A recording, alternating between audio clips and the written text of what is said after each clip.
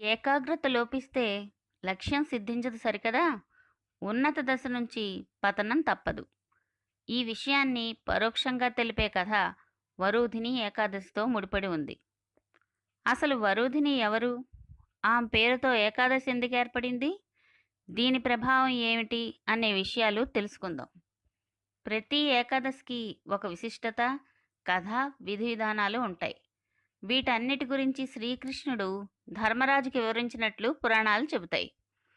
చైత్రమాసం బహుళపక్షంలో వచ్చే ఈ ఏకాదశిని పాటించడం ద్వారా మాంధాత చక్రవర్తి స్వర్గానికి చేరుకున్నాడని, దుందుమారుడనే మరో రాజు శివుడి శాపం నుంచి విముక్తి పొందాడని కథలు వినిపిస్తాయి. ఈ ఏకాదశి అత్యంత సౌభాగ్యప్రదమని, సకల పాపాలను హరించి మోక్షాన్ని ప్రసాదిస్తుందని శ్రీకృష్ణుడు చెప్పినట్లుగా స్కాంద పురాణం వివరిస్తుంది. ఈ ఏకాదశి నాడు ఉపవాస జాగరణలతో విష్ణువును పూజిస్తే 10,000 సంవత్సరాలు తపస్సు చేసినంత ఫలితం లభిస్తుంది. కురుక్షేత్రంలో సూర్యగ్రహణం సమయంలో స్వర్ణదానం ఎంత పుణ్యమో అందుకు సమానమైన ఫలితం ఈ ఏకాదశితో సాధ్యమవుతుంది.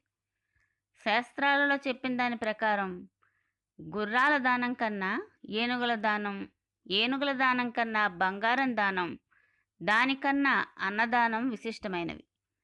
అన్నదానం వల్ల పితరులు, దేవతలు కూడా సంతృప్తి చెందుతారు. అలాగే ప్రతిఫలాపేక్ష లేకుండా యజ్ఞపూర్వకంగా చేసే కన్యాదానం కూడా అత్యంత ఫలప్రదం. ఈ 2 గొప్ప దానాల ఫలితం కూడా వరూధిని ఏకాదశి వ్రతం వల్ల సమకూరుతుందని పురాణాల కథనం. ఇక విధి విధానాల ప్రకారం వరూధిని ఏకాదశికి ముందు దశమి నాడు కొన్ని పదార్థాలను త్యజించాలి.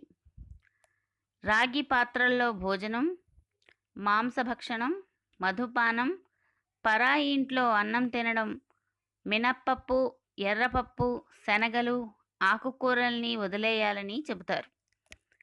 ఏకభుక్తంతో పాటు బ్రహ్మచర్యం పాటిస్తూ కోపం, నిందారోపణం, అసత్యవచనం, పాపుల సాంగత్యానికి దూరంగా ఉండాలనే నియమాలు కూడా ఉన్నాయి.